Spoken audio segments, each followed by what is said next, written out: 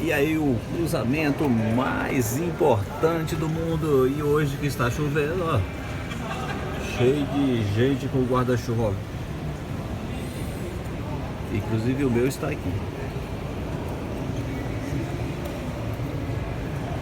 Muito legal vivendo tudo isso aqui em Tóquio, no Japão.